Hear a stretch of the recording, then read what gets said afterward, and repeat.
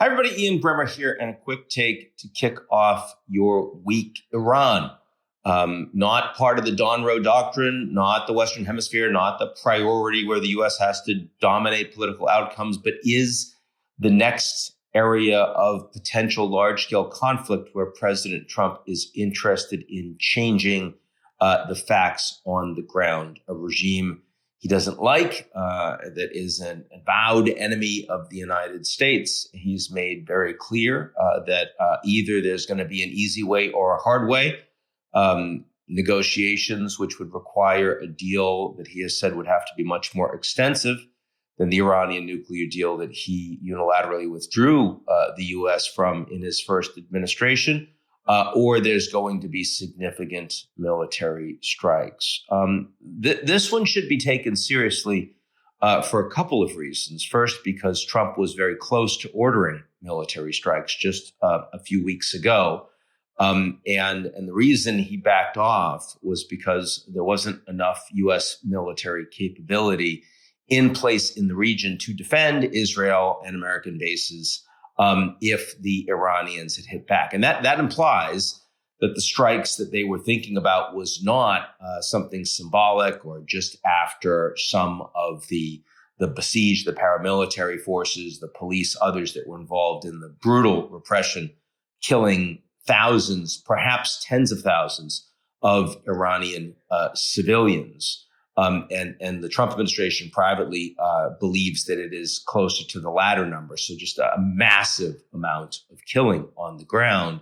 No, they were planning on doing something substantially greater than that, which they thought would have elicited Iranian military strikes in return.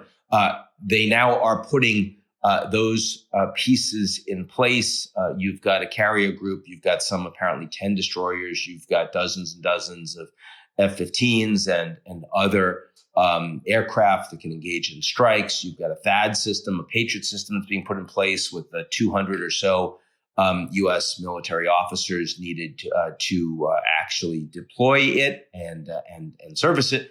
And all of that is meant to essentially put an iron dome, as is described, in the entire region, so that there is not going to be any potential of large scale casualties if the Iranians hit back. In the meantime, President Trump has said that negotiations are ongoing and that there's been some progress. Now, the demands being made by the United States are pretty substantial. They include export of all of Iran's uranium, enriched uranium stocks. They include shutting down the existing program that had been significantly set back by the attacks last year. Some significant limits on Iran's ballistic missile program, all of which would have to be inspected. And then finally, an end to Iran's support of proxies across the region, including the Houthis in Yemen that have been engaging in strikes on tanker traffic going through the Red Sea and elsewhere. And all of this is far, far greater than anything I could expect the Iranian supreme leader would be willing to accept. And so either Trump is going to back down and accept a much more limited deal and paint it as a win, which I think he's not inclined to do, especially because he's hit the Iranians a couple times before and they haven't done much of anything in response to the U.S. And also because he did step away from a deal that he thought was not adequate, and I think what the supreme leader would be willing to give in the near term wouldn't be particularly great from that perspective. So that means attacks, and the potential of those attacks to include directly hitting the leadership itself, perhaps even assassinating the supreme leader. That's certainly the chatter. And lots more intelligence being gathered, lots more efforts to engage with senior members of the Islamic Revolutionary Guard Corps, who could potentially be part of a government that the U.S. would work with. So in other words, the Venezuela playbook, but a lot harder to affect the Iranian regime, much more capacity to hit back, much more internal loyalty to the regime.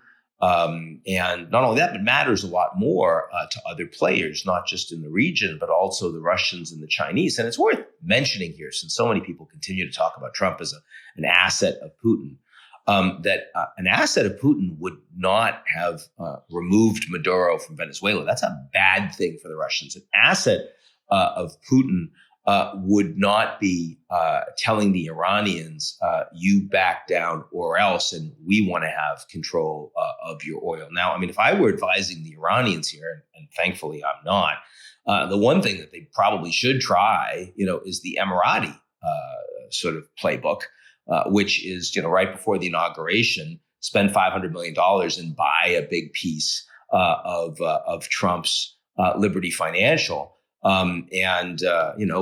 Get money to the family, which is, at the end of the day, so much of what you see moved Trump's on policy issues is about direct business opportunities.